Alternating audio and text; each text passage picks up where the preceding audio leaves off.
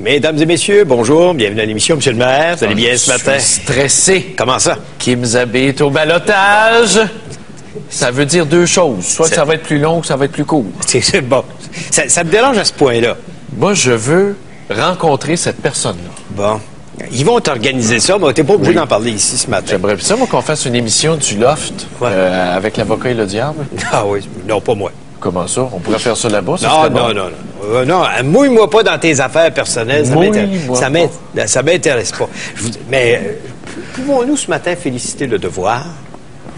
Oui. Oui, parce que le Devoir, en page 3, ce matin, dit « L'hôtel Ritz-Carlton va changer de main. Puis on va faire des condos. » Puis là, ils disent qu'ils ont appris ça à Radio-Canada, qui n'a pas dit hier soir qu'ils avaient appris ça probablement ici, mardi matin, quand je vous ai annoncé en primeur ce grand changement de propriétaire. Mais ni l'un ni l'autre, ni Radio-Canada, ni Le Devoir, c'est qui a acheté. Mirilis, je vais leur dire, comme ça, ils vont pouvoir travailler un peu plus aujourd'hui. Mirilis, avec un groupe d'hommes d'affaires, ce sont des gens qui se sont regroupés autour de ça. Fait que, disons que... Mais tu sais, la convergence... nous autres, on passe notre temps à citer où est-ce qu'on prend nos informations. C'est drôle, on n'a jamais de bons articles dans les journaux pour dire comment est-ce que nos codes d'écoute sont excellentes. C'est pas grave. Hein? Les gens nous connaissent. Les gens sont là le matin. Il y a bien des jaloux dans le milieu, vous savez. Ah, qu'est-ce que tu veux? Parlant de jaloux, je regarde la page du Journal de Montréal ce matin sur les aventures de Ty Domi, que je vous ai raconté en long et en large hier matin avec le document qui a été déposé en cours. On revient là-dessus ce matin. Mais ce que j'apprends ce matin, bien évidemment, Ty Domi, ça c'est le joueur des Maple Leafs de Toronto qui a, semble-t-il, eu une aventure avec Belinda Stronach. Il ressemble à Bobino. Ça c'est... Bon, Belinda est là. Mais ce gars-là manque de jugement. Il doit avoir su des coups de hockey sur la tête un jour. As-tu vu l'autre fille qu'on présente comme étant celle avec qui?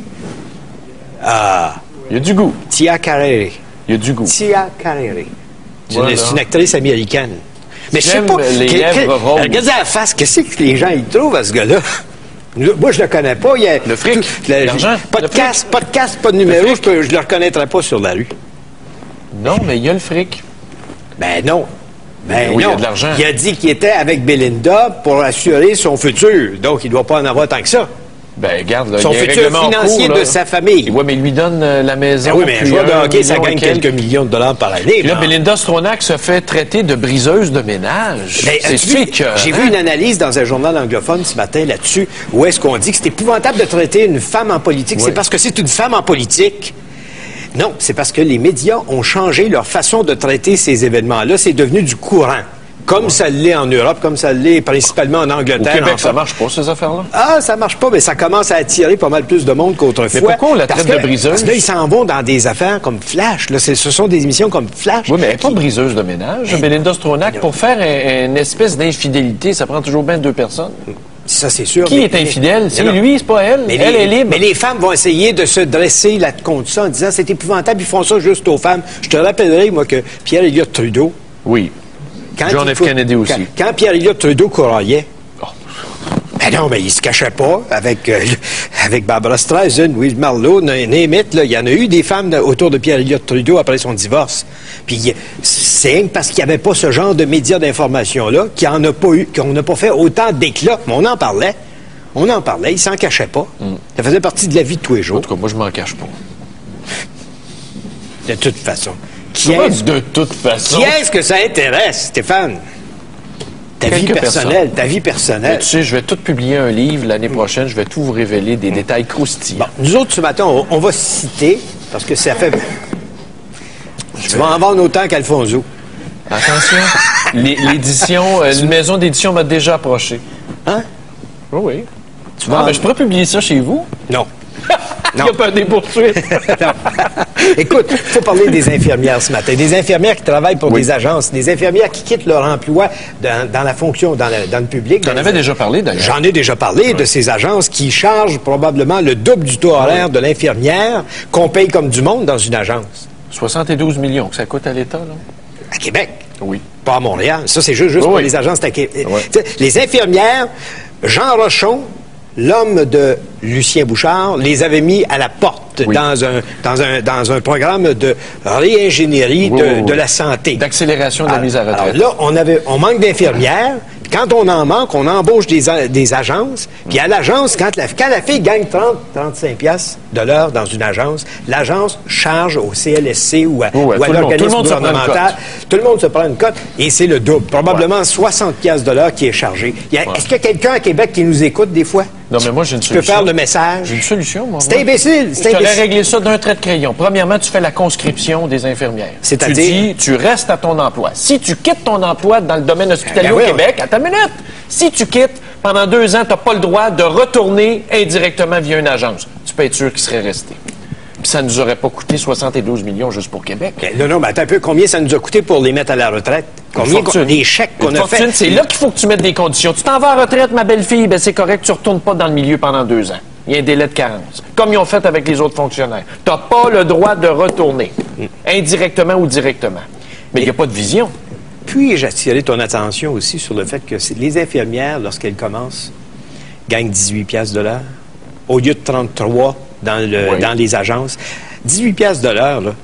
Tu penses pas qu'une infirmière, ça mérite plus que le salaire d'une éducatrice en garderie, que j'appelle gardienne d'enfants? Oui, parce que les responsabilités sont pas les mêmes. Donc, entre 72 millions puis rien pantoute, il y a une marge. Tu as raison. 18 piastres de l'heure, c'est totalement inacceptable. L'Uber sexuel dit quoi de ça, lui? Je le sais pas, mais j'aimerais ça qu'il nous écoute. Celui qui nous explique comment ça se fait qu'on paye des agences 2 fois le prix qu'elles chargent pour une infirmière pour remplacer celles qui sont absentes en congé maladie. Pour le même travail. Pour le même travail. C'est totalement inacceptable. C'est nous autres qui payent, là, qui se lèvent à 4 heures du matin pour aller travailler, là, puis qui payent 60 d'impôts. C'est nous autres. Ouais. Danny Boy. Pas Daniel Johnson, le père, qui a été premier ministre, qui portait ce surnom-là, mais Danny Boy... c'est un Irlandais, Johnson, c'est un vrai. Oui, le Ternevien. Danny Boy, le Ternevien, a fait une déclaration, puis tu voulais parler de ça ce matin. Ben, c'est rapporté, on l'a vu hier, il disait aux gens du Canada, cessons d'acheter de l'électricité au Québec parce que c'est un climat politique instable. Il n'a rien compris de l'affaire Wang, lui. Il n'a rien compris que depuis le 1er mars 1927, Québec n'a jamais accepté d'être dépouillé du Labrador suite au jugement du Conseil privé de Londres, que ce territoire-là, une fois souverain, on va envoyer les tanks pour le revendiquer. Lui, le Danny Boy, là, moi, si j'étais premier ministre d'un Québec souverain, déjà les tanks encercleraient Churchill Falls, on couperait les fils, on dirait « Hey, c'est à nous autres l'électricité, mon petit baveux ». T'es un baveux. Cet homme veut être le premier général de l'armée du Québec. Monsieur. De l'armée du Québec. Oui, papa. Oui. tu me non, mais il faut être baveux. Terre-Neuve, la province la plus pauvre des plus pauvres qui nous dit ça, c'est ça. Puis qui a fait Churchill Falls? C'est pas l'expertise d'Hydro-Québec, mais ça prend des maudits baveux pareil. Tu sais, quand il avait enlevé le drapeau du Canada dans le temps de Paul Martin pour l'énergie, on le trouvait sympathique. Quand il a pris la défense des chasseurs de phoques, on l'a trouvé sympathique, mais là, il commence à nous faire qui? Faire quoi? Qui est? Qui est? C'est mon nouveau langage. Ça s'écrit comment? C'est le langage TQS. OK. C'est fort en maudit, ça. Non, mais Pierre Corbeil a répondu, le ministre des Forêts, bravo. Est-ce que Jean Charest peut y répondre? Ben là, il est occupé à Bucarest. Là. Sa cour est pleine, il était avec la mairesse Boucher. Mais il devrait voir comment ça... La mairesse Boucher a-tu sorti une robe à Bucarest? Là?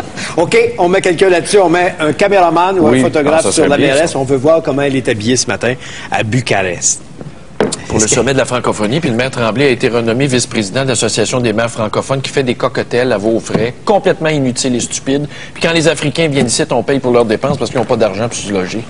Ça, on est bon. On est cave, pas à peu près. Non, avec notre argent, ça, c'est sûr qu'on est capable d'en faire. Des cocktails. As-tu vu ce que dit le Pakistanais? Ça, c'est un autre, ça. Pas Pervez Moucharaf. Pervers Moucharaf. Non. Le grand artisan de la démocratie. Regardez à la face. Bon, mais quoi? Hey. Que le Canada cesse de se plaindre. Mais il trouve qu'on est pleurnichard. Qu'on pleurniche quand les cercueils reviennent, puis que c'est normal quand t'es soldat de perdre ta vie. Est-ce que les familles de ces soldats-là ont signé le contrat? Comme quoi ils perdraient leur fils, leur fille, leur mari. C'est pas de ça qu'il voulait parler, j'en suis convaincu. Quand il parle de pleurnichard, il parle probablement des politiciens, de l'opposition, là, des Gilles Duceppe, des Jack Layton de ce monde qui sont là. Ils ont raison de questionner c'est quoi une démocratie. Nous autres, on a une vraie démocratie comparée au Pakistan. Parle-moi du Parlement pakistanais, toi. Je connais rien. Il n'y en a pas de débat, justement parce que c'est de la maudite démocratie fantoche. Il faut être plein de soupe. Non, dire des choses comme ça. Tu trouves pas qu'on est pleurnichard? Non. C'est normal de pleurer quand un cercueil revient. Quand un gars a donné sa vie pour son pays. Et pleurnicher, ça veut pas dire la même chose dans le dictionnaire. Puis, penses-tu que... Qu'on pleure aux soldats, là, je suis tout à fait avec toi là-dessus, mais qu'on soit plus ornichard à chaque fois qu'il y en a un qui meurt. Faudrait cesser, faudrait revenir, faudrait faire ci, Hey! Ben oui, lui, il dit qu'il en a perdu 500 soldats dans la lutte au terrorisme. Ben Laden est hébergé probablement par lui. Ouais. Il vient pas me dire que c'est un démocrate, ce gars-là, là. Les Américains se mettent le nez brun pour essayer d'avoir un appui avec des dictateurs. Parlant de Ben Laden, puis des conséquences de Ben Laden, évidemment, on est venu un peu paranoïaque sur les bords avec nos aéroports. On a vu le Journal de Montréal nous révéler certaines lacunes dans le système de sécurité des aéroports. Il est 9h10. Peut-être que ça a commencé à l'heure, à 9h pile. Jacques Duchesneau est dans le bureau de Lawrence Cannon pour expliquer. C'est pas pour être candidat conservateur, hein? Je pensais, moi, qu'il serait, mais je pense que son chien est mort.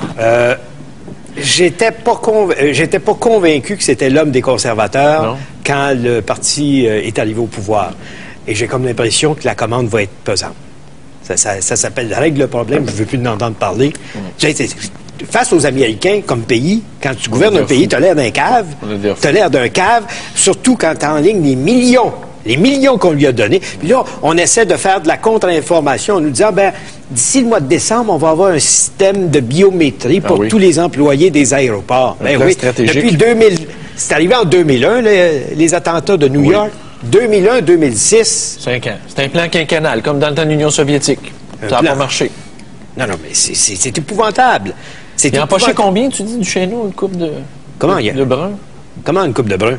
Duchesneau, pour faire ce job-là, il était payé. Ah, c'est sûr qu'il est payé. C'est pas garanti, ce job? Il doit avoir un contrat, mais tu sais, les contrats dans la fonction publique, hein? On devrait le mettre dehors. Je sais pas, il y a peut-être un contrat de 3 ans, 5 ans, ça doit achever. Mais c'est certain. Ce gars-là voulait gérer la Ville de Montréal dans le temps. Oui, mais t'as vu ce que ça a donné aux élections? Ça a donné Pierre Bourque.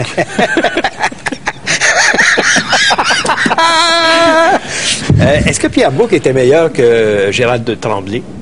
Honnêtement, je pense que oui. Hey, tu vas te faire des ennemis ce matin. Oui. Tu vas te faire des ennemis. Oui, écoute, on va parler d'élections. On va faire la pause, on va parler d'élections parce que là, il risque d'y avoir un conflit. Moi, je vous ai dit qu'il y aurait probablement des élections provinciales au mois d'avril. Et à Ottawa, tout le monde s'enligne pour des élections fédérales au mois d'avril. Qui, le quiz, on lance un quiz ce matin, qui va être le premier, Charest ou Harper, à déclencher des élections? Pourquoi on le fait pas en même temps? Comment ça? Après la pause, on va se parler. On va se parler des élections après la pause. Je vous rappelle, je vais juste vous donner aussi notre sujet ce matin parce qu'on va parler des mises à pied chez Gildan à Valleyfield, à Montréal, des jobs qui s'en vont pour des pays du tiers-monde. Je pense que là-dessus, on va avoir une assez sérieuse conversation parce que je pense que le maire est assez... Les maudits profiteurs.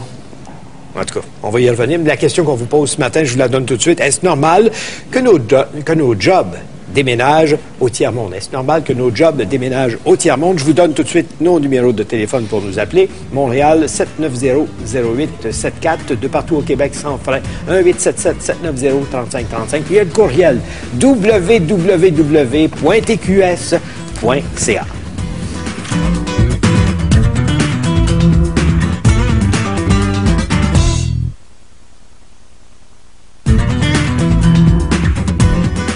Alors, 1, 2, 3. Bonne fête, bébé Brigitte Bardot. Bonne fête, bébé Brigitte Bardot. 72 ans aujourd'hui. Et puis ça dérange pas notre auditoire, c'est la fête de Brigitte Bardot. Oui, parce que j'ai une bonne nouvelle à vous apprendre. Elle nous dit aujourd'hui, pour ses 72 ans, qu'elle a un double arthrose aux hanches. Puis? Ça veut dire que c'est fini. Non. Juste pour... Puis Lucie Laurier aussi, à la page 78. Apparemment, elle a de nouveaux soutiens-gorge. Plus sécuritaire pour un tournage dans le film Nitro. Regardez-moi comment elle est jolie. Veux-tu me lâcher avec les photos de filles dans les journaux? N'oubliez pas Kim Zabit est en ballottage. Peut-on revenir à quelque chose de sérieux? On parlait de Jacques Duchesneau, puis notre ami Yves Poirier de la Salle des Nouvelles nous envoie juste un petit mot vite pour nous dire que le contrat de Jacques Duchesneau à la tête de l'Agence canadienne de la sécurité du transport aérien... Oui, futur ex-employé. ...se termine dans un mois. Oh, monsieur! Quelle coïncidence! Il est convoqué par Lawrence Cannon ce matin, qui veut se refaire une belle jambe en disant « Je veux que ce soit plus sécuritaire. » Ça n'a pas fonctionné. Porte bien son nom, Cannon, en passant. Tant qu'il ne devient pas un loose, Cannon. Pour la ça, c'est moi. Ça, c'est toi. OK. On voulait parler de l'horaire, justement, des élections. Parce que c'est en jeu, là. Et à Ottawa, les partis d'opposition, semble-t-il, se sont donné le mot pour faire tomber Stephen Harper à son budget de février. Donc, le budget de février. Et probablement que Stephen Harper, c'est ce qu'il veut. C'est ce qu'il veut, parce que s'il se fait renverser sur son budget, des élections seraient déclenchées, puis des élections arriveraient au mois d'avril. Et pourtant, c'était le plan que je te disais de Jean Charest ou de l'entourage de Jean Charest, des élections provinciales au mois d'avril. Donc, Charest va présenter un budget électoraliste après le budget du fédéral, toujours après. On va amorcer les travaux de la session, puis on va suspendre début juin, puis on va aller en élection provinciale. C'est-à-dire qu'il y aurait des élections provinciales d'après toi au début de juin. Et vu que c'est la fête à Jean Charest le 24 juin, bien, ça sera un beau cadeau que sa réélection sur un plateau d'argent. Parce que Boisclair, on l'a dit hier, est un homme fini. Toi, tu dis ça. FFI-NNI. Il est là, laisse-le faire, laisse-le tranquille, on va voir ce que ça va donner. C'est certain que je gagerai pas sur lui. Je ne mettrai pas un sang là-dessus. Là. Disons que c'est une vieille picouille, là. Dans les courses à Blue Bonnet, ça rapporte pas beaucoup. Lucien Bouchard revient dans l'actualité ce matin. Le titre, c'est « Lucien Bouchard à la rescousse du porc ». Du porc.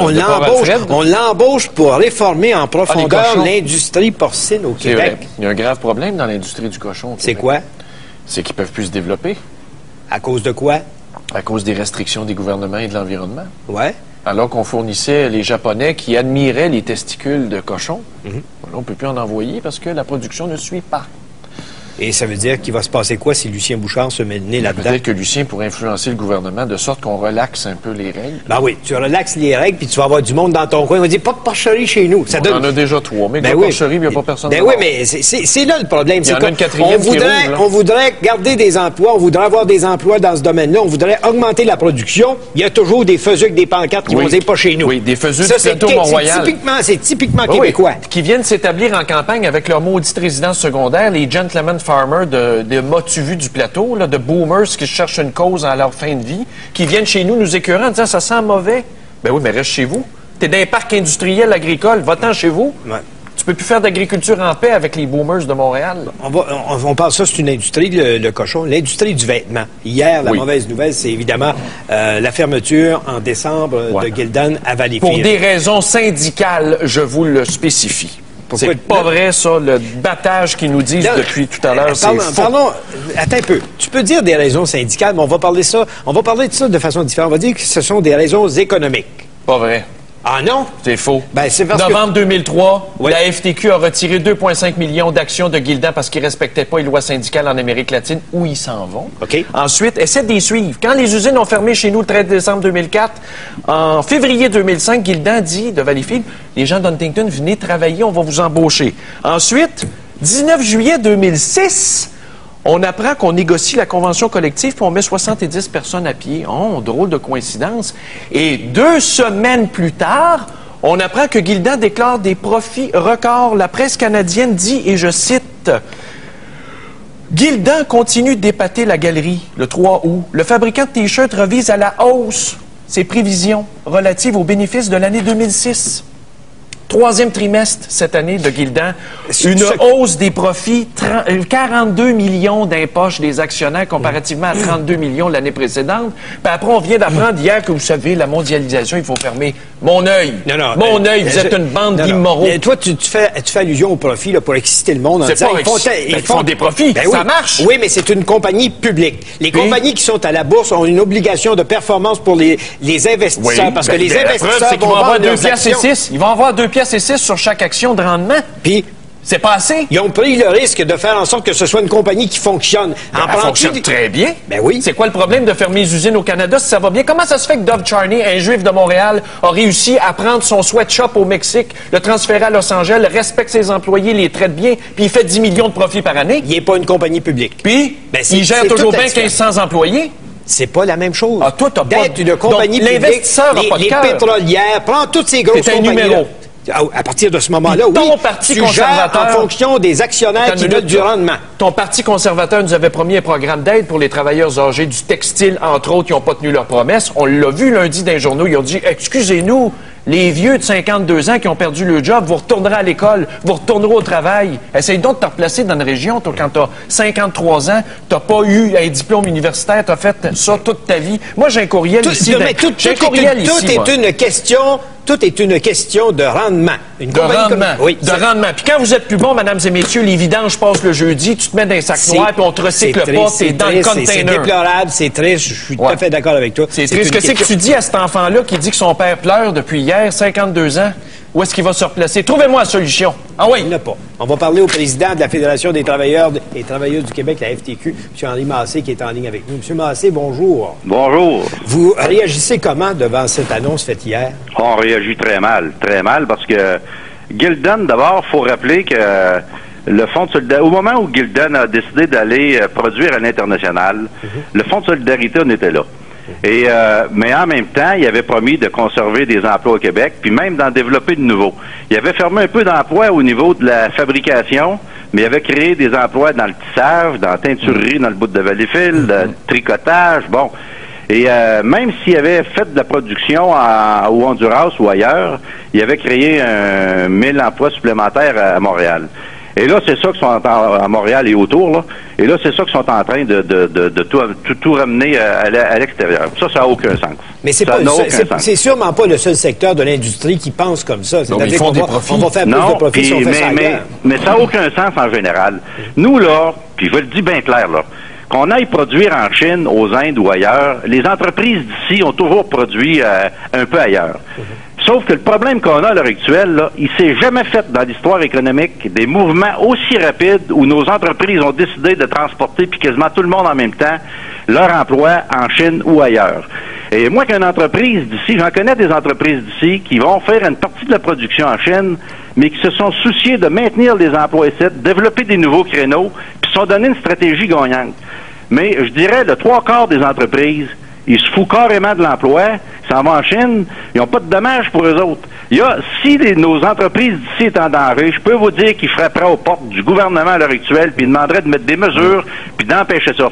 Sauf, ben non, ils s'en vont produire là-bas. Les emplois disparaissent, puis ils fondent comme neige au soleil, puis l'entreprise continue à faire des affaires pareilles. Fait que ça n'a plus d'allure, là. M. Massé, êtes-vous d'accord avec moi quand je dis que c'est le lot des entreprises qui deviennent publiques, c'est-à-dire cotées en bourse, qui doivent livrer des profits à leurs actionnaires et qui cherchent par tous les moyens à avoir toujours, trimestre après trimestre, une meilleure performance? Ouais, mais c'est des entreprises qui ne voient pas plus loin que le bout de leur nez, parce que moi, je suis convaincu qu'ils sont capables de se donner des stratégies gagnantes, maintenir des emplois ici tout en produisant ailleurs.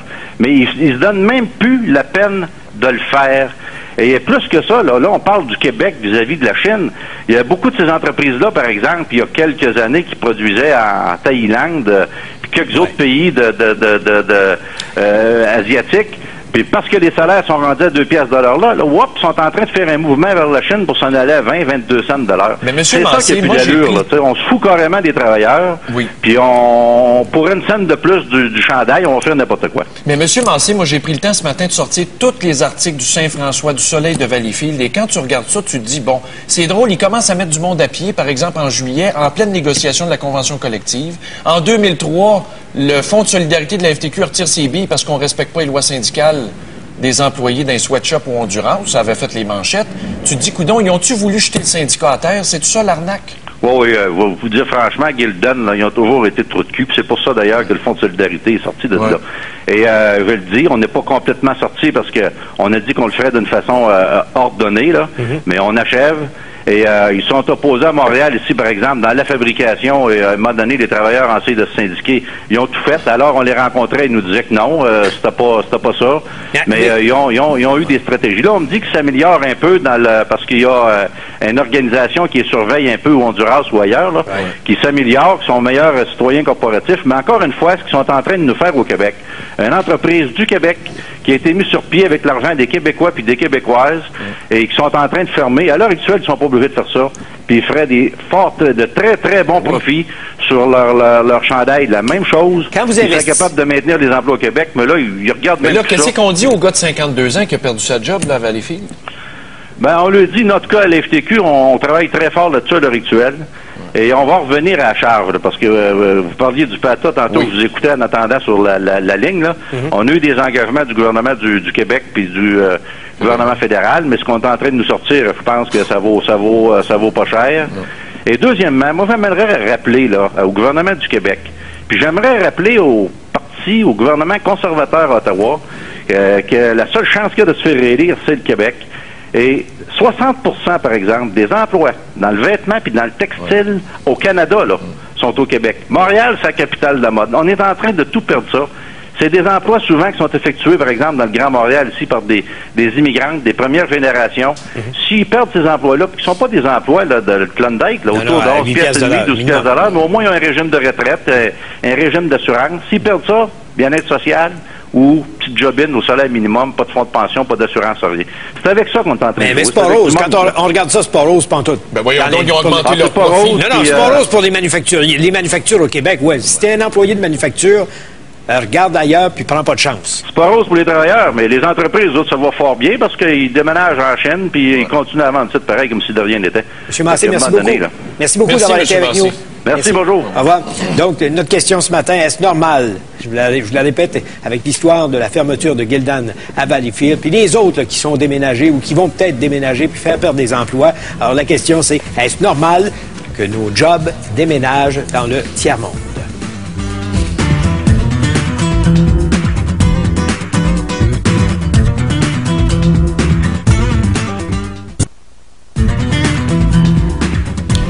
On a beaucoup de courriels qui parlent de mondialisation, mais on va prendre un premier appel. On a à Pointe-aux-Trembles Denis qui est en ligne. Denis, bonjour. Bonjour. Oui. Je tiens à vous féliciter, premièrement, pour votre émission tous les deux. Merci. Nous, là, on subit une fermeture à Montréal-Est. Laquelle? C'est les tuyaux Wolverine Canada Incorporé. Wolverine. C'est une compagnie qui fait du tuyau de cuivre et puis de la barre de cuivre aussi pour de la transformation aussi future, là, surtout dans la barre.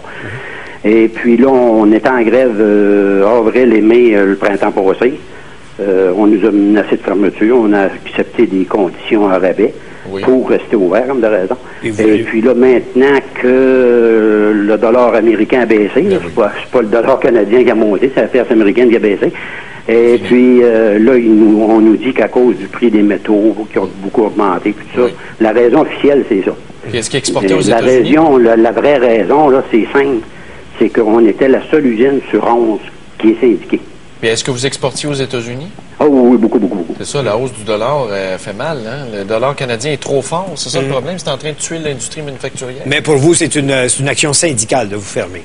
Ça se pourrait aussi. Non, pas syndicale. C'est la compagnie. Non, mais c'est à cause anti-syndicale. C'est une action anti-syndicale de l'entreprise. C'est ça, parce qu'ils ont 11 usines dans le monde. Donc, ils vont transférer les opérations ailleurs. OK. Puis, merci, Denis. Bon courage. Merci. Au revoir. Bon courage. Martin, maintenant à Montréal. Bonjour. Oui, bonjour. Ben moi, je pense que c'est tout à fait normal que les emplois soient délocalisés. Pensez-vous que les entrepreneurs sont là pour faire dans la tendresse? Non, mais quand même, là, on augmente les bénéfices d'une année à l'autre. Mais non, mais c'est ça le but d'un entrepreneur, c'est de faire des profits, comme le but d'un politicien, c'est d'obtenir des votes. Je veux dire, ce qui n'est pas normal, c'est qu'actuellement, on subit une concurrence déloyale des pays du tiers-monde. Et c'est une concurrence qui se fait contre toute forme de réglementation et de structure. On exploite des enfants. Et même en Chine, on subventionne actuellement l'économie. Le pétrole est subventionné. La monnaie est artificiellement tenue à des niveaux bas pour exporter. Martin, le jour où les gens d'Amérique latine dans les sweatshops vont se révolter, ou en Chine, là, ça a commencé, là, il y a du brosse camarade dans les usines en Chine. Absolument. On va la faire où, la production? Ils vont trouver un autre pays du tiers-monde. Un autre pays d'esclaves. Mais ce qui n'est pas normal au Québec, c'est qu'actuellement, là, il n'y a pas de projets industriels en cours structurants qui sont faits. Puis le gouvernement, c'est pour ça que comme on subit une concurrence déloyale de l'étranger... Il y a toujours des maudits porteurs de pancartes pour empêcher quoi que ce soit qui serait structurant au Québec. Mais tout à fait, mais Jean Charest devrait avoir le leadership pour les imposer, ces projets-là. L'hydroélectricité, M. Desmarais, les barrages, qu'est-ce qu'on attend pour faire des barrages? Ça fait 5 ans que ça dort dans les tiroirs du gouvernement. Il faut qu'on passe à l'action. Il n'y a rien qui se passe au niveau économique de structurant au Québec actuellement. C'est ça le plus grand scandale. Attention, on va donner 24 millions pour faire le stade Molson, là, pour les Alouettes, pour que les cheerleaders s'envoient en l'air. 24 millions de fonds publics. Mais oui. Ouais. C'est quoi 24 millions? Ouais. En tout cas, le bilan économique de Jean Charest n'est pas très fort jusqu'à date, ça on peut dire ça. OK. Merci, Martin. On a le président justement du syndicat des employés de Gildan, M. Yves Allais, qui est en ligne avec nous. M. Allais, bonjour. Bonjour. Ça a été quoi votre réaction hier? Bon, c'est sûr que c'est très difficile à prendre. L'avez-vous vu venir? Écoutez, on savait que on voyait aller le développement qu'il faisait au Honduras, en République dominicaine. La production, il baissait notre production, il envoyait ça se faire produire là-bas. Puis, et comment vous trouvez ça, M. Allais, qu'en juillet, on mette 70 emplois de mise à pied chez Gildan en pleine négo de convention collective. C'est parce qu'on venait de signer notre convention collective le 22 juin. Ouais. On était sur des horaires de 12 heures. Puis 2 semaines après, ils ont décidé de transférer la prostitution sous l'horaire de 8 heures, 5 jours semaine. Donc, ça a coupé 45 emplois. Il y a eu des départs volontaires, ces choses-là. Ils nous avaient dit que c'était pour rentabiliser le plus possible le coût par rapport à être le plus possible compétitif avec ces pays-là où ils sont installés. Mais les profits de Gildan augmentent. Il y avait un article de la presse canadienne au mois d'août qui disait Gildan épate la galerie. 3e trimestre, des profits records, 42 millions comparé à l'année dernière. C'est le jeu de la bourse, c'est toujours comme ça. Mais les travailleurs, ils se sentent comment? Les pétroliers font la même chose. Oui, mais les travailleurs à Valleyfield se sentent comment là-dedans, là? Ils se sentent mal parce que les vraies raisons, c'est pas compliqué. C'est que les actionnaires veulent plus d'argent. En passant, M. Desmarais, il n'y a jamais eu de grève à Gildan Valleyfield. Les contrats, là, le dernier contrat qu'on a signé, là, mettons qu'on n'a pas demandé des gros avantages, même on en a perdu. Donc, c'est juste que la raison qu'ils nous ont donnée, c'est la question d'être rentable mondialement. Donc, qui va profiter de ça? C'est les actionnaires. Ils ne donneront pas 15 piastres, 16 piastres de l'heure aux employés du Honduras et de la République dominicaine. Là. Non. C'est de l'esclavage. Ça fait 1 an et demi qu'on travaille le plus possible, être le plus compétitif. On donnait un rendement. On s'est serré les coudes pour essayer de garder de la survie le plus longtemps possible. Savez-vous quoi? La prochaine étape, ça va être Goodyear.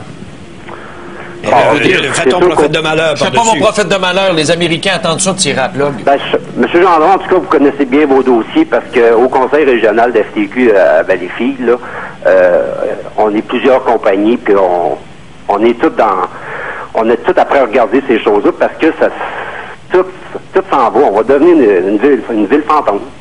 Bon courage, c'est épouvantable. Puis il ferme le 20 décembre. Faut-il être écœurant avant Noël? Ouais. Puis ils n'auront pas de chèque de chômage. Parce que le grand ministre va dire, j'ai pas le temps, là, je m'en vais faire cuire ma dinde, comme le Volpé, le plein de soupe à Volpé m'avait dit quand je l'avais pogné par le chignon à la Chambre des communes. Le 20 décembre. On a vu depuis quel genre d'homme c'est. Qu'est-ce qu'ils vont mettre sur le table à manger, ces familles-là, à Valleyfield, le jour de Noël? On a quand même, écoute, la moyenne d'âge est 43 ans. On a plusieurs employés qui, écoutez, là, il y a des employés qui venaient de Dominique Textile. Qui venaient de chez nous, qui avaient été reclassés chez vous. Puis, tu sais, il y en a bien qui n'ont pas de secondaire sans ces choses-là. C'est sûr qu'on va travailler pour... on va créer un comité et travailler pour reclasser ces gens-là. Mais est-ce que les gouvernements vont être à l'écoute et est-ce qu'ils vont nous aider?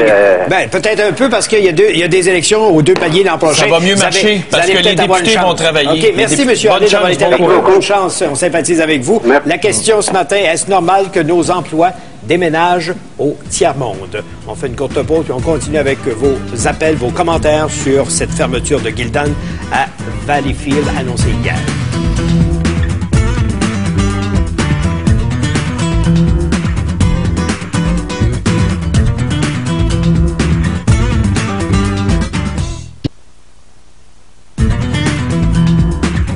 Un peu de courriel, évidemment, ça réagit beaucoup. Oui, rapidement, vas-y. Vas-y, non. Oui, j'y vais, merci. Donc, un commentaire très intelligent. Ça faisait longtemps que je n'avais pas lu un courriel brillant comme ça. Pierre Baudouin de Saint-Hyacinthe nous dit « Certains États américains interdisent aux compagnies qui déménagent leur activité de production dans des pays du tiers-monde de vendre leurs produits dans cet État-là. » Ça s'arrête là. Brillant, ça s'arrête là. Pourquoi pas? Puis j'en ai un petit rapide ici, moins brillant, de Réal. Les jobs qui disparaissent sont causés par les syndicats. Il y a 60 ans, un coke coûtait 50 cents, là, il en coûte 1,5, c'est bien écœurant. Hey, vraiment. Oui, c'est un jour d'un sweatshop. C'est sûr qu'il y a beaucoup de courriels. Savez-vous pourquoi les usines ferment au Québec?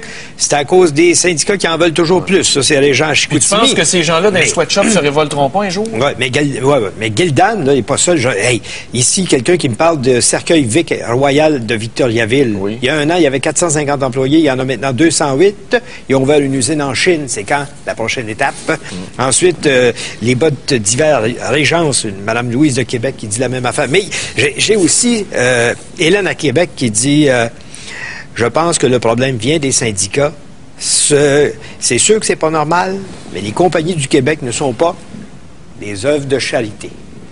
Non. Mais attention, là, quand tu augmentes tes profits, tu es un maudit écœurant quand tu déménages. Ah, c'est ça pour le en problème. avoir plus. Ah oui, mais ça, c'est le problème d'une partie de la société qui pense syndicat, toujours là. que c'est un écœurant. Celui qui fait de l'argent, c'est un écœurant. Non, c'est pas toujours un écœurant. Quand tu Voyons donc. augmentes tes profits tout le temps et que tu dis que ça va bien, puis que c'est merveilleux, puis que tu en demandes à tes employés, tu es un écœurant quand tu fermes tes portes. Oui, mais... Ça, c'est le syndicalisme à l'inverse. Tu n'as Non. pas d'éthique. Oui, mais regarde, si tu augmentes ta productivité, si tu produis 1000 chandails... Écoute, on est-tu des esclaves dans le monde industriel? Mais si tu en produis 1000 une année, c'est sûr que tu as un profit X. Si tu en produis 2000, c'est sûr que tu augmentes tes profits. Sans ça, ça te donne quoi d'augmenter ta production? Donc, il n'a pas de solution. Toi, tu proposes pas de solution, toi. Non, je constate. Un investisseur n'a pas de cœur. Ah non. Mais c'est drôle, il y en a qui réussissent. C'est drôle, hein? Dove Charney. Allez sur Internet, tapez Dove Charney. Vous allez voir que ce gars-là, il a du cœur au ventre. OK, on prend un appel à Magog maintenant. On a Stéphane qui est en ligne. Bonjour. Oui, allô? On vous écoute. Bon, regarde, moi, je travaille à l'ancienne CS Brooks de Magog. Je pense que Stéphane la connaît un peu. Oui. En 2004, j'étais directeur exécutif du syndicat, puis un peu, le syndicat, il met la barre des héros. Pourquoi? Parce que lorsqu'on commençait à mettre les augmentations de salaire en pourcentage, ça a créé une échelle très différente. Parce que si on donne 25 cents d'augmentation à tout le monde, le salaire reste quasiment pareil. Là, OK, on monte une marge salariale de 20 ans. Mais là, on dit 30%. Là, la marge salariale est vraiment différente. Le gars gagne 12, l'autre gagne 13, 5% à tout le monde. Ben là, l'autre, il y a plus, l'autre, il y a plus. Ça crée un écart. Là, nous autres, on a été rachetés par Long Road Management US. Là, on est géré par eux autres. Ils essayent, là, c'est 100% pakistanais là, qui rentrent présentement. Là. Ça rentre à gros container full pin. Faut essayer. Le problème, là, c'est que, désolé là, pour les vieux, là, mais les vieux sont fatigués. Désolé, mais c'est vrai, les vieux sont fatigués. Qu'est-ce que vous voulez dire par fatigué? Qu'est-ce que vous dites? Les vieux sont fatigués de se faire chier à la tête. Là, on les pousse, puis ils sont écœurés. S'il y avait un genre de tata, sortir les vieux, les jeunes qui arriveraient tout énergiques. Oui, mais on nous l'avait promis, le tata. On nous l'avait promis, puis il ne donne pas. Ton gouvernement ne donne pas. Mais arrête de dire mon gouvernement. C'est le gouvernement de tout le monde. Une fois qu'il est élu... Quand le Bloc a présenté sa proposition à la Chambre des communes, le conservateur a voté unanimement pour ça, puis il ne livre pas à marchandises. Moi, j'ai des gens qui se ramassent sur le BS, là, parce qu'ils n'ont pas de pata. C'est vrai? Oui, regarde à Magog, là... en parler. On va t'organiser une... Regarde à Magog, là... Parfait, n'importe quand. D'ici décembre, à Magog, là, on va tomber à 40 employés. Vous êtes combien, là? Là, on est environ 80. C'était gros, la CS Brooks, dans le temps. C'était gros, ah oui. Là, 2 ans, on t'enverrait 500. Yes, Seigneur. Là, on drop. Pendant ce temps-là, le maire Poulain de Magog est plus préoccupé par ses condos à Orford. Bon. Ouais, lui, c'est son... pas les dossiers, là. Ça, lui, c'est son pipeline, je pense. Ouais, son pipeline de vente de l'eau. Merci, Stéphane. Merci. On va aller à Trois-Rivières maintenant, une autre ville qui a été souvent éprouvée. Patrick qui est en ligne. Bonjour. Oui, bonjour. On vous écoute. Moi, je travaille dans une compagnie qu'on importe des sacs de vrac de Chine ou de Corée pour les transférer ici à nos clients. Puis, si on les ferait, nous autres, même les sacs, ça n'aurait pas de bon sens, le prix qu'il faudrait les vendre. On a des sacs canadiens, mais ils coûtent quasiment 5 fois plus cher qu'un sac qui vient de Corée. Et il n'y a personne qui veut payer plus cher sa marchandise. C'est ça aussi. Mais c'est-tu drôle quand ils s'en vont dans un sweatshop, Walmart ne nous baisse pas le prix? Le chandail de Gildan qui va être vendu chez Walmart ne nous le vendra pas moins cher parce qu'ils vont y payer 25 cents de l'heure. Hein? L'abus. Ça devient moins cher encore avec le transport. C'est ça le commerce. Tu as juste à pas aller l'acheter. Ben c'est ça. Fait qu'on se ramassera tout dans l'informatique. Mais c'est ça le problème aussi, c'est que les gens vont l'acheter pareil. Oui. Tu ne changeras pas ça demain matin. Ben moi, je regarde les étiquettes. Il y a certaines compagnies qui veulent absolument des sacs canadiens qui viennent d'ici. Ils payent le prix. Mais il n'y en a pas gros. Il n'y en a pas gros. Okay. C'est pas votre masse de clients. Non. OK. Merci beaucoup. Patrick. Merci, Patrick. On va aller retrouver Dave Leclerc à Québec pour connaître le sujet du Grand Journal à midi aujourd'hui. Bonjour, Dave. Bonjour, Stéphane. Bonjour, Richard. Notre question est la suivante ce midi. Sommes-nous trop accommodants envers les autres religions? Et je vous parle d'un cas bien précis. Ah oui? l'UQAM. À l'UQAM, il semblerait que les examens de mathématiques et d'actuariat se dérouleront maintenant le dimanche, puisque le vendredi, les musulmans ne peuvent assister à l'examen. Et le samedi, ce sont les Juifs. Ben donc, moi, ça serait on a déplacé. Tolérance zéro? Tolérance zéro, la loi sur la laïcité. T'enlèves le crucifix à l'Assemblée nationale, puis t'enlèves tout partout. Tout le monde sur le même pied d'égalité. Ça veut dire que jeudi, c'est jeudi. Exactement. Et sûrement qu'un catholique va arriver et va dire, moi, le dimanche, c'est le jour du Seigneur, je peux pas. Oui, puis le vendredi. On est trop cave pour faire ça, nous autres. Puis le vendredi. On se le fait faire, mais on le fera pas. Ben non, mais le vendredi, on se met tout au poisson. On va demander à McDo de changer ses menus. Sommes-nous trop accommodants ou trop mous comme catholiques ou chrétiens ou comme... peu importe sa religion, pour faire respecter nos propres croyances. Mais nous autres, on n'est pas fort sur la croyance. On n'est pas fort, hein? OK, on vous écoute, Amitié. Merci, Dave. Je vous rappelle la question qu'on pose aujourd'hui. Est-ce normal que nos jobs s'en aillent maintenant dans les pays du tiers-monde? On vous parle de ça parce que la fermeture de Gildan annoncée pour Noël à Valleyfield.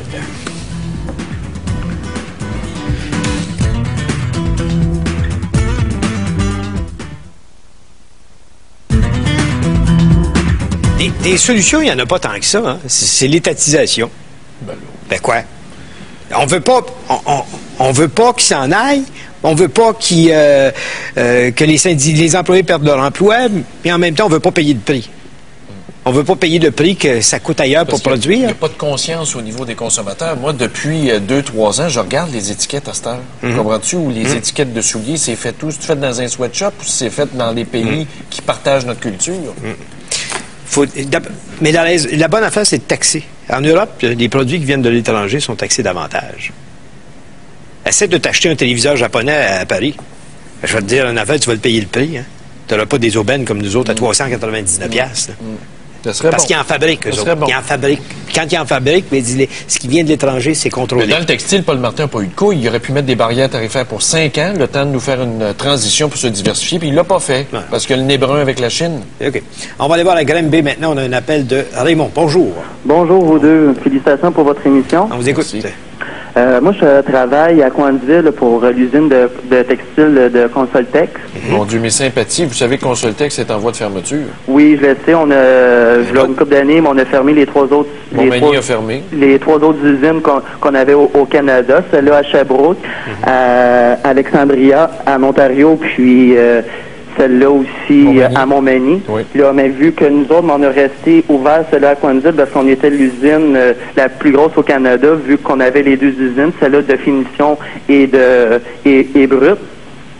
Là, mais on parle, mais la semaine passée ou la semaine dernière, il nous a dit que ça se peut qu'on va fermer. Ça fait une couple d'années qu'ils nous disent que ça va fermer. Là, une couple d'années aussi, mais il nous a fait, vu là, il savait pas trop là, quand est-ce qu'ils vont fermer celle-là de Alexandria ou celle-là de Coinsville, mais nous autres, on s'est dit, mais avec le syndicat, on va baisser de nos salaires de 1$ pour garder notre usine ici à Coinsville ouverte. Mais malheureusement, mais de plus en plus, là, ils parlent que ça va fermer à Coinsville aussi. Pas, mais avec les Chinois qui ont rentré là, une couple d'années, mais garde, ça nous a fait mal aussi. Regarde, nous autres, on ne sait pas trop là, qu'est-ce qu'on fait. Là, on attend encore avec le syndicat, là, mais là, il nous a dit là, que là, mais la semaine prochaine, on a une réunion avec le syndicat avec l'usine à Coinsville. Et puis là, mais regarde, on ne sait pas trop. Là, ils nous disent plein d'affaires, de pas faire trop d'over, parce que là, ça coûte trop cher. Là, mais toutes les boss qui étaient à Sherbrooke ou bien à Montmagny, mais sont descendus ici à Coinsville pour travailler. Mais sauf que là, mais tu sais, c'est temporaire. S'ils payent trop d'employés, mais regarde, qu'ils en enlèvent, on a trop de cadres pour le rien, pour il y a un cadre par 3 employés, garde, à un moment donné, mais c'est trop comme pas assez aussi. Mais là, on ne sait pas qu'est-ce qui va nous arriver. Non, c'est fini. Alors, c'est fini. Merci Raymond de ce témoignage. On va aller à Saint-Roch de Richelieu. On a René qui est en ligne. Bonjour. Oui, bonjour. On vous écoute.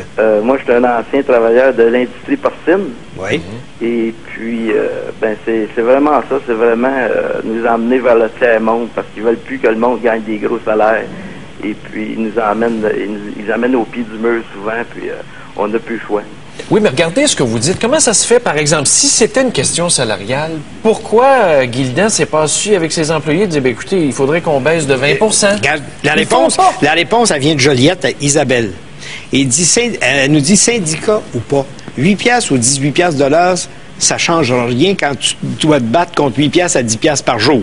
Oui. Bon. À 50 cents de l'heure. C'est ça l'affaire. 50 cents, $1 de l'heure, tu peux pas te battre contre ça. Tu aurais beau faire toutes les concessions comme syndicat. D'abord, il va falloir que le gouvernement s'occupe de ces gens-là. Tu peux pas les laisser tomber.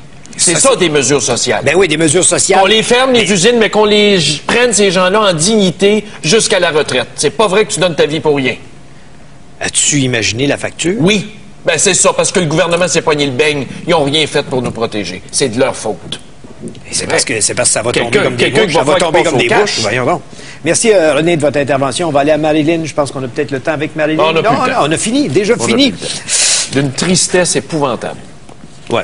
Vas-tu aller les voir? Oui. Te connaissant, là? Oui. Puis je prépare de quoi dans ma tête parce que les travailleurs âgés, il faut faire de quoi? Faut que ça sorte publiquement. C'est ça, je m'en doutais bien. Te connaissant, je savais que tu étais pour aller faire un tour, puis salut-les de notre part. Oui. À tous ici. Merci d'avoir été là, mesdames, messieurs. Demain matin, 9h pour une autre émission. Bonne journée, Stéphane. Bonjour.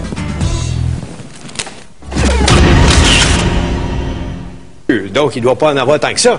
Ben, regarde, là, son futur financier de sa famille. Oui, mais il lui donne la maison. Ben oui, mais un joueur de hockey, ça gagne quelques millions de dollars par année. Puis là, Belinda Stronach se fait traiter de briseuse de ménage. J'ai vu une analyse dans un journal anglophone ce matin là-dessus, où est-ce qu'on dit que c'est épouvantable de traiter une femme en politique. Oui. C'est parce que c'est une femme en politique. Non, c'est parce que les médias ont changé leur façon de traiter ces événements-là. C'est devenu du courant. Comme ça l'est en Europe, comme ça l'est principalement en Angleterre. Au Québec, ça marche pas, ces affaires-là? Ah, ça marche pas, mais ça commence à attirer pas mal plus de monde qu'autrefois. Mais pourquoi on la traite de briseuse? Parce que là, ils s'en vont dans des affaires comme Flash. Là, ce sont des émissions comme Flash. Oui, mais elle n'est pas briseuse de ménage. Belinda Stronach, pour faire une espèce d'infidélité, ça prend toujours bien 2 personnes. Ça, c'est sûr. Qui est infidèle? C'est lui, c'est pas elle. Elle est libre. Mais les femmes vont essayer de se dresser là contre ça en disant c'est épouvantable, ils font ça juste aux femmes. Je te rappellerai, moi, que Pierre-Éliott Trudeau... Oui. John F. Kennedy aussi. Quand Pierre-Éliott Trudeau couraillait, ben non, mais il se cachait pas avec Barbara Streisand, Louise Marleau, Németh, là. Il y en a eu des femmes autour de Pierre-Éliott Trudeau après son divorce. Puis c'est parce qu'il n'y avait pas ce genre de médias d'information-là qu'on n'a pas fait autant d'éclat. Mais on en parlait.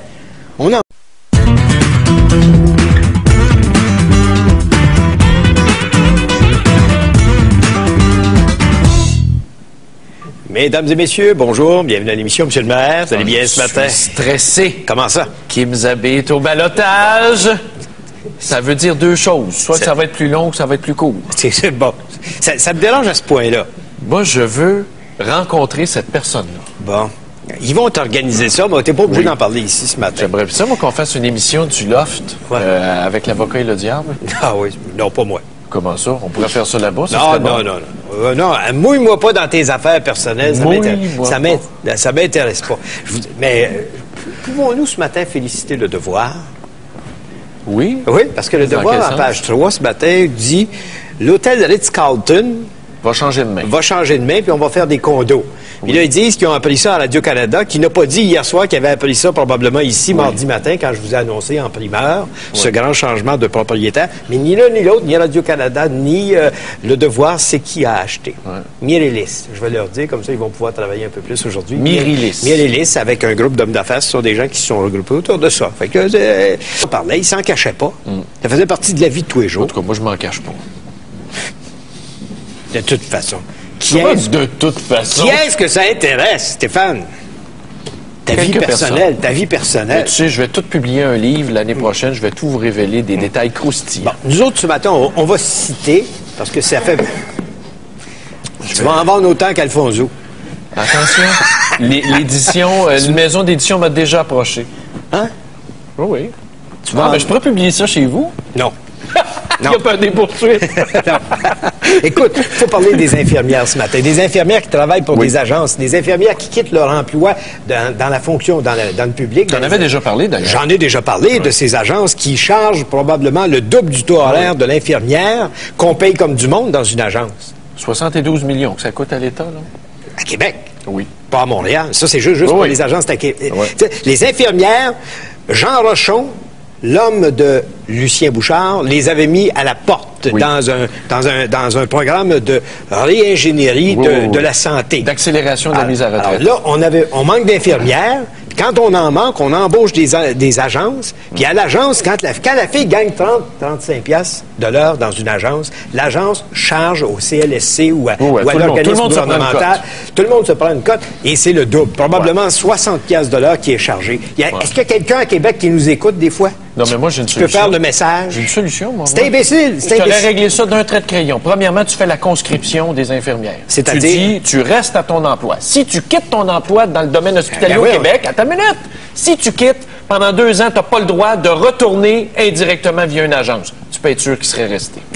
Puis ça ne nous aurait pas coûté 72 millions juste pour Québec. Non, mais attends un peu. Combien ça nous a coûté pour les mettre à la retraite? Combien des chèques qu'on a fait? C'est là qu'il faut que tu mettes des conditions. Tu t'en vas à la retraite, ma belle-fille, ben c'est correct, tu ne retournes pas dans le milieu pendant 2 ans. Il y a un délai de carence, comme ils ont fait avec les autres fonctionnaires. Tu n'as pas le droit de retourner, indirectement ou directement. Mais il n'y a pas de vision. Puis-je attirer ton attention aussi sur le fait que les infirmières, lorsqu'elles commencent, gagnent 18 piastres de l'heure, au lieu de 33 dans les agences. 18 piastres de l'heure, là. Tu penses pas qu'une infirmière, ça mérite plus que le salaire d'une éducatrice en garderie, que j'appelle gardienne d'enfants? Ben oui, parce que les responsabilités ne sont pas les mêmes. Donc, entre 72... Disons que... Mais tu sais, la convergence... Nous autres, on passe notre temps à citer où est-ce qu'on prend nos informations. C'est drôle, on n'a jamais de bons articles dans les journaux pour dire comment est-ce que nos codes d'écoute sont excellentes. C'est pas grave. Hein? Les gens nous connaissent. Les gens sont là le matin. Il y a bien des jaloux dans le milieu, vous savez. Ah, qu'est-ce que tu veux? Parlant de jaloux, je regarde la page du Journal de Montréal ce matin sur les aventures de Ty Domi, que je vous ai raconté en long et en large hier matin avec le document qui a été déposé en cours. On revient là-dessus ce matin. Mais ce que j'apprends ce matin, bien évidemment, Ty Domi, ça c'est le joueur des Maple Leafs de Toronto qui a, semble-t-il, eu une aventure avec Belinda Stronach. Ouais, il ressemble à Bobino. Ça c'est... Bon, Belinda est là. Mais ce gars-là manque de jugement. Il doit avoir su des coups de hockey sur la tête un jour. As-tu vu l'autre fille qu'on présente comme étant celle avec qui... il y a du goût. Tia Carrere. Il y a du goût. Tia Carrere. C'est une actrice américaine. Mais je sais pas... Regardez la face. Qu'est-ce que les gens y trouvent à ce gars-là? Moi, je le connais pas. Le fric. L'argent. Pas de casque, pas de numéro. Je le reconnaîtrais pas sur la rue. Non, mais il y a le fric. Ben non. Ben oui, non. Il y a de l'argent. Il a dit qu'il était avec Belinda pour assurer son futur.